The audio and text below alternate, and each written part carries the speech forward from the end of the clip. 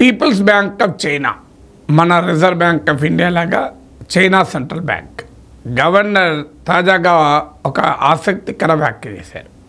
The time has come for multipolar international monetary system. బహుళ ధ్రువ అంతర్జాతీయ ద్రవ్య వ్యవస్థకు సమయం ఆసన్నమైంది అని. అంటే ఒకే కరెన్సీ ఆధిపత్యం కలిగిన గ్లోబల్ మానిటరీ సిస్టమ్ ఉండకూడదు అని. అంటే ఇప్పుడున్న ద్రవ్య వ్యవస్థ మీరు క్యాపిటల్ ఫ్లోస్ చూసుకుంటే డాలర్లలోనే అత్యధికంగా జరుగుతుంది. మెజారిటీ ట్రేడ్ డాలర్లోనే జరుగుతుంది. అత్యధిక ఫారిన్ ఎక్స్చేంజ్ నిల్వలు డాలర్లోనే ఉంటాయి. అంతర్జాతీయంగా గ్లోబల్ సర్ప్లస్ డాలర్ రూపంలోనే సేవ్ అయి ఉంటుంది. అంతర్జాతీయ పేమెంట్స్ వ్యవస్థపై కూడా డాలర్దే ఆధిపత్యం. Society for world wide inter bank financial telecommunication Swift అనే పేమెంట్ సిస్టమ్, ఇది డాలర్ డామినేటెడ్ పేమెంట్ సిస్టమ్. ప్రపంచంలో జరిగే గ్లోబల్ పేమెంట్స్లో అత్యధికము ఈ స్విఫ్ట్ ద్వారానే జరుగుతాయి. అందువల్ల ఫారిన్ ఎక్స్చేంజ్ మార్కెట్లో డాలర్దే తిరుగులేని ఆధిపత్యం. ఈ ఆధిపత్యం పోవాలి అన్నది చైనీస్ పీపుల్స్ బ్యాంక్ గవర్నర్ వాదన. ఒక చైనా వాదన అయితే ఎవరము పట్టించుకోము. కానీ European central bank president the dollar dominated global monetary system is no longer certain అన్నాడు. అంటే ప్రపంచ ద్రవ్య వ్యవస్థ పైన డాలర్ ఆధిపత్యానికి గ్యారంటీ ఇవ్వలేము అన్నాడు. ఇది ఎవరో అన్నారు, అమెరికా వ్యతిరేక దేశమైన చైనా అనడం లేదు. అమెరికాకు పొలిటికల్, ఎకనామిక్, స్ట్రాటజిక్ పార్ట్నర్ అయిన యూరోప్ అంటోంది. యూరోపియన్ సెంట్రల్ బ్యాంక్ యూరోపియన్ యూనియన్కు రిప్రజెంట్ చేస్తుంది. ఇక బ్రిక్స్ సమావేశంలో రష్యా ప్రతిపాదించింది బ్రిక్స్ కరెన్సీ అని. అసలు ఆలు లేదు చూలు లేదు అన్నట్లు ఉన్న పరిస్థితుల్లోనే బ్రిక్స్ కరెన్సీ పైన ట్రంప్ విరుచుకుపడ్డాడు. అంటే డాలర్కి ఎక్కడ పోటీ అవుతుందేమని. ఎందుకంటే ఇటీవల నేను నిన్న G7 మీద మాట్లాడినప్పుడు చెప్పాను, G7 popularity, G7 share in the global economy తగ్గుతోంది, BRICS share in the global economy పెరుగుతోంది అన్నదానికి G7 G9 కావాలి అనే వీడియోలో గణాంకాలతో సహా నిరూపించాను. సో అందువల్ల వెంటనే ట్రంప్ రియాక్ట్ అయ్యాడు బ్రిక్స్ కరెన్సీ అంటే. సో ఈ చైనా, యూరప్, రష్యా 3 సందర్భాల్లో ముగ్గురు మాట్లాడిన దాన్ని బట్టి చూస్తే ఏంటి, there is a growing arch demand for a dollar ఆధిపత్యం ఉండకూడదు అన్నదానికి మద్దతు పెరుగుతూ వస్తుంది. ఇప్పుడు నేను ఇంతకుముందు చెప్పాను, society for world wide inter bank financial telecommunication Swift అనే పేమెంట్ సిస్టానికి పోటీగా చైనా వారు cross border inter bank payment system అని ఒకటి పట్టుకొచ్చారు. దీంట్లో ఇప్పుడు తాజాగా 6 ఫారిన్ బ్యాంక్స్ మేము అందులో భాగస్వాములు అవుతామని ప్రకటించారు. దీంతో ఒక చర్చ జరుగుతోంది, చైనా కరెన్సీ ఏమైనా అమెరికన్ డాలర్కు కాంపిటీటర్ అవుతుందా, ఆల్టర్నేట్ అవుతుందా, లేదా గ్లోబల్ మానిటరీ సిస్టంలో డాలర్తో పాటు ఒకవేళ అది మల్టీపోలార్ సిస్టంగా ఎమర్జ్ అయితే, అంటే బహుళ ధ్రువ వ్యవస్థగా ఎమర్జ్ అయితే world trade, world capital flows, world savings, foreign exchange transactions ఇవన్నీ కూడా కేవలం అత్యధికంగా డాలర్లలో కాకుండా డాలర్లు, చైనీస్ కరెన్సీలు ఇతరత్రా కూడా అవుతాయా? ఇప్పుడు ఈ క్వశ్చన్ ముందుకు వస్తుంది. ఎందుకు డాలర్కు చైనీస్ కరెన్సీకి కంపారిజను? ఎందుకంటే ప్రపంచంలో America the biggest economy, the first largest economy, China is the second largest economy. ఇక మిగతా ఏ దేశాలకు కూడా దరిదాపుల్లోనూ లేవు. మిలిటరీ రీత్యా చూసినా అమెరికా, దాని తర్వాత చైనా.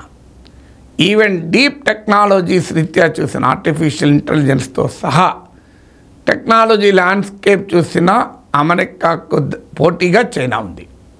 అందుకే చైనా కరెన్సీ డాలర్తో పాటు వరల్డ్ ఫైనాన్షియల్ సిస్టంలో ఒక పాత్ర పోషిస్తుందా? ప్రత్యామ్నాయం అనేది క్వశ్చనే లేదు. డాలర్కు ఆల్టర్నేటివ్గా చైనీస్ కరెన్సీ కావచ్చు, బ్రిక్స్ కరెన్సీ కావచ్చు ఎమర్జ్ అయ్యే పరిస్థితి సమీప భవిష్యత్తులో లేదు, డిస్టెంట్ ఫ్యూచర్లో అయితే లేదు. తర్వాత ఏం జరుగుతుందో ఎవరిని చెప్పలేము. కానీ అలాంగ్ విత్ డాలర్ మరి చైనీస్ కరెన్సీ కూడా ఒక ప్రధానమైనటువంటి షేర్ ఏమైనా తీసుకుంటుందా? దీనికి కారణం ఏంటి అంటే అమెరికన్ డాలర్ పైన రోజు రోజుకు ప్రపంచ విశ్వాసం పోతుంది. మేక్ అమెరికా గ్రేట్ అగైన్ అని ఏనాడు మొదలుపెట్టాడు ట్రంప్. అమెరికా గ్రేట్ ఏమవుతుందో లేదో కానీ అమెరికా డాలర్ వీక్నెస్ రిఫ్లెక్ట్ అవుతుంది. ఇది చైనా దీన్ని ఎక్స్ప్లాయిట్ చేసుకుంటుంది. ఎందుకు మనం చూడండి, గ్లోబల్గా డాలర్ ఇండెక్స్ పడిపోయింది. అంటే వివిధ దేశాల కరెన్సీలతో పోల్చే డాలర్ విలువను డాలర్ ఇండెక్స్ అంటారు. సో డాలర్ ఇండెక్స్ ఇటీవల కాలంలో పడిపోతూ వస్తుంది. 2025 మొత్తం ఈరోజు డాలర్ ఇండెక్స్ కాదు, అమెరికా ఎకానమిక్ డేటా కూడా క్వశ్చనబుల్గా ఉంది. మీకు అమెరికన్ ఫెడరల్ రిజర్వ్ అంటే మన రిజర్వ్ బ్యాంక్ లాగా అమెరికన్ సెంట్రల్ బ్యాంకు తాజాగా 2 key economic parameter data release చేసింది. ఒకటి ఇన్ఫ్లేషన్, 2 జీడిపి. ఇన్ఫ్లేషన్ ఏమో 3% ఉంటుందని అంచనా వేసింది. అంటే గతంలో మార్చిలో అంచనా వేసినప్పుడు 2.7% ఉంటుంది 2025లోని. ఇది రివైజ్ చేసి పెంచింది, 2.7% కాదు 3% ఉంటుంది అని. ఇన్ఫ్లేషన్ ఏమో పెరుగుతుంది అని ఫెడరల్ రిజర్వ్ అంచనా, కానీ జీడిపి మాత్రం తగ్గుతుందని అంచనా. మీకు మార్చిలో ఇచ్చిన అంచనాలో 1.7% ఉంటుంది అని ఫెడరల్ రిజర్వ్ ప్రొజెక్ట్ చేసింది. ఇప్పుడు తాజాగా 1.4% ఉంటుంది అని. రిసెషన్ ఫియర్స్ పైన భయాందోళనలు కాస్త తగ్గిన అమెరికన్ ఎకనామిక్ డౌన్ టర్న్ పై మాత్రం ఇంకా ఆ భయాలైతే పోలే. సో దీనికి కారణము ఏం చేస్తాడు ట్రంప్? ఇప్పుడు జూలై 9th అనుకుంటాను ఆయన ఇచ్చిన డెడ్లైన్ టారిఫ్ల పైన. ఆ టారిఫ్ల పైన ఏం చేస్తాడు? What step Trump will take? Nobody nose. Number 2, geo political tensions. మీకు ఉక్రెయిన్ వార్ ఆగలేదు, గాజా వార్, ఇజ్రాయిల్ వార్ అని గాజా కంటిన్యూ అవుతుంది. తాజాగా ఇజ్రాయిల్ ఇరాన్ వార్ మొదలైంది. 2 వీక్స్లో నిర్ణయం తీసుకుంటా అంటున్నాడు ట్రంప్. అమెరికాయే ప్రత్యక్షంగా రంగంలో దిగుతుందా? జియో పొలిటికల్ టెన్షన్స్తో జియో ఎకనామిక్ టెన్షన్స్ మొదలయ్యాయి. Oil already last month global crude oil prices average ఉన్న $60 ఉంటే ఇప్పుడు $76 దాటిపోయింది. సో ఈవెన్ $100 దాటవచ్చు అని ప్రిడిక్షన్స్ వస్తున్నాయి. నేను ఆయిల్ షాక్ పైన సెపరేట్గా ఇంకో వీడియోలో మాట్లాడాను, చూడండి. సో అందువల్ల ఈ ఎకనామిక్ డేటా వల్ల అసలు అమెరికా డాలర్ పైన ప్రజల విశ్వాసం పోతుంది, ప్రపంచ దేశాల విశ్వాసం పోతుంది. ప్రజలతో సంబంధం ప్రత్యక్షంగా ఉండదు. మరీ ముఖ్యంగా వెపనైజేషన్ ఆఫ్ డాలర్. నేను చాలాసార్లు చెప్పాను ఇది. అంటే రష్యా పైన శాంక్షన్స్, ఇరాన్ పైన శాంక్షన్స్, ఇలా ప్రపంచంలో చాలా దేశాలపైన అమెరికా శాంక్షన్స్ ఉన్నాయి. సో అమెరికా తనకున్న కరెన్సీ డామినేషన్ కాస్త ఆయుధంగా మార్చుకొని ప్రపంచంలో తన ప్రత్యర్థులపైన అటాక్ చేస్తుంది. అందువల్ల మనము ఒక దేశ కరెన్సీ పైనే ఆధారపడకూడదు అనే భావన ప్రపంచంలో పెరుగుతుంది. Chinese people's bank of China governor వ్యక్తం చేసిన, యూరోపియన్ సెంట్రల్ బ్యాంక్ ప్రెసిడెంట్ వ్యక్తం చేసిన, రష్యా వ్యక్తం చేసిన దాని మీనింగ్ ఒకటే, అన్నిటి మీనింగ్ కూడా ఒకటి. ఏంటంటే దెర్ ఈజ్ ఎ ఫియర్, ఈ డాలర్ ఆధిపత్యమే సరిపోదు అని. ఈవెన్ మన దేశం కూడా రూపీని ఇంటర్నేషనలైజ్ చేస్తానికి ప్రయత్నం మొదలుపెట్టింది. కానీ can Chinese currency really play an important role? డాలర్తో పోటీ పడడం కష్టం కావచ్చు, కానీ ఎంతో కొంత ప్రపంచ మానిటరీ వ్యవస్థలో చైనీస్ కరెన్సీ ఒక స్థానం తీసుకుంటే తీసుకోవచ్చు. ఎందుకంటే China is the world's biggest economic player కనుక, ప్రపంచంలో చాలా దేశాలతో చైనాకు మేజర్ ట్రేడ్ ఉంటుంది కనుక. సో చైనీస్ కరెన్సీలో కొన్ని బయలేటరల్ ట్రేడ్ జరగచ్చు, రీజనల్ ట్రేడ్ జరగచ్చు. ఉదాహరణకు సౌదీ అరేబియాకు చైనా ఇది బిగ్గెస్ట్ ఆయిల్ కస్టమర్ ఇప్పుడు. సో సౌదీ అరేబియాతో తన దేశ కరెన్సీలో పేమెంట్ కొరకు చైనా సౌదీ అరేబియాతో చర్చలు మొదలుపెట్టింది. ఇరాన్ ఉంది. ఇరాన్ ప్రొడ్యూస్ చేసిన ఆయిల్లో అత్యధికం మోర్ దెన్ 90% చైనానే కొంటూ వచ్చింది. ఎందుకంటే ఇరాన్ పైన అమెరికన్ శాంక్షన్స్ ఉన్నాయి. చైనాకు ఇరాన్ ఆయిల్ చాలా చౌకగా దొరికింది. అందువల్ల most of the Iran produce చేసే ఆయిల్ చైనాకే వెళ్ళింది. సో చైనీస్ కరెన్సీలోనే ఇరాన్కు పే చేసింది. ఎందుకంటే డాలర్లలో పే చేసినా ఇరాన్ వాటిని వాడుకోలేదు. ఎందుకంటే ఇరాన్ పైన అమెరికా ఆంక్షలు ఉన్నాయి కనుక.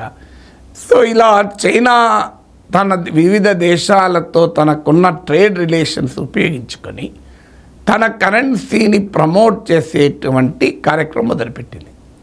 అందువల్ల dollar dominated global trade, dollar dominated global foreign exchange reserves, dollar dominated global foreign capital transactions, ఈ మూడిట్లో చైనీస్ కరెన్సీ కూడా ఎంతో కొంత వాటా పొందే అవకాశం ఉంది. కానీ సిగ్నిఫికెంట్ షేర్ పొందుతుందా అనేది క్వశ్చన్ మార్కే. ఎందుకు అంటే చైనీస్ ఎకానమీకి ఉన్న క్యారెక్టర్, మొదటి క్యారెక్టర్ ఏంటంటే ఎప్పుడు కూడా ఒక కంట్రీ కరెన్సీ ప్రపంచవ్యాప్తంగా డిమాండ్ ఉండాలి అంటే ఆ కరెన్సీ అవైలబుల్గా ఉండాలి. ఆ కరెన్సీ ఎలా అవైలబుల్గా ఉంటుంది? ఇప్పుడు ఉదాహరణకు అమెరికా ఉంది. అమెరికాతో మనం ట్రేడ్ చేస్తాం, మనకు మన వైపు సర్ప్లస్ ఉంది. అమెరికా వాడు మనకు డాలర్లలో చెల్లిస్తాడు.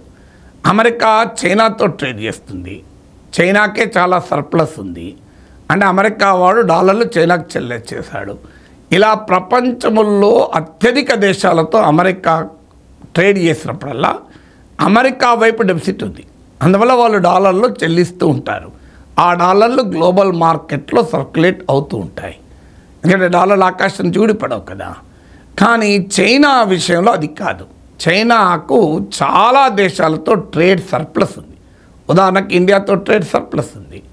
ఇండియాతో ట్రేడ్ సర్ప్లస్ ఉన్నప్పుడు చైనీస్ కరెన్సీ మనకు పే చేసేది ఏమి ఉండదు, మనము డాలర్లలో పే చేయాలి. మన దగ్గర చైనీస్ కరెన్సీ ఉండదు కదా. ఎందుకంటే మనం చైనా నుంచి దిగుమతి చేసుకుంటున్నాం తప్ప ఎగుమతి చేయడం లేదు. మనం ఎగుమతి ఎక్కువ చేసేటప్పుడు మన దగ్గర చైనీస్ కరెన్సీ ఉంటుంది. ఇలా ఇండియాకే కాదు ప్రపంచంలో చాలా దేశాలతో చైనాకు ట్రేడ్ సర్ప్లస్ ఉండడం వల్ల ప్రపంచంలో సరిపోయినంత చైనీస్ కరెన్సీ సర్క్యులేషన్లో ఉండదు. ఇది మొదటి సమస్య. రెండవ సమస్య ఏంటి? చైనా కరెన్సీని కూడా ఇప్పటి వరకు డాలర్తో లింక్ చేస్తే ప్రపంచంలో వాల్యూ డిసైడ్ అవుతుంది. మనకైతే ఇప్పుడు ఎలాగైతే మన రూపీని మన డాలర్తో లింక్ చేస్తాం కదా. సో అందువల్ల ఇప్పుడు చైనీస్ కరెన్సీ కూడా డాలర్తో లింక్ అయి ఉండి క్యాపిటల్ కంట్రోల్ అంటే ఇష్టం వచ్చినట్టుగా ఆ క్యాపిటల్ ఫ్లోస్ను చైనా కూడా అనుమతించదు. ఇది రెండవ కారణం. దానివల్ల మీకు సఫిషియంట్ చైనీస్ కరెన్సీ అందుబాటులో ఉండదు. మూడవది చైనా పైన ఉన్న అనుమానాలు. ప్రపంచం అమెరికా పైన ఎన్ని ఆరోపణలున్నా ఎన్ని కంప్లైంట్స్ ఉన్నా అమెరికాను నమ్మినంతగా చైనాను నమ్మరు. ఎందుకంటే China is a closed economy, China is a closed polity, ideologically incompatible. చాలా అత్యధిక ప్రపంచానికి చైనీస్ కమ్యూనిస్ట్ ఐడియాలజీతో అంగీకరించరు.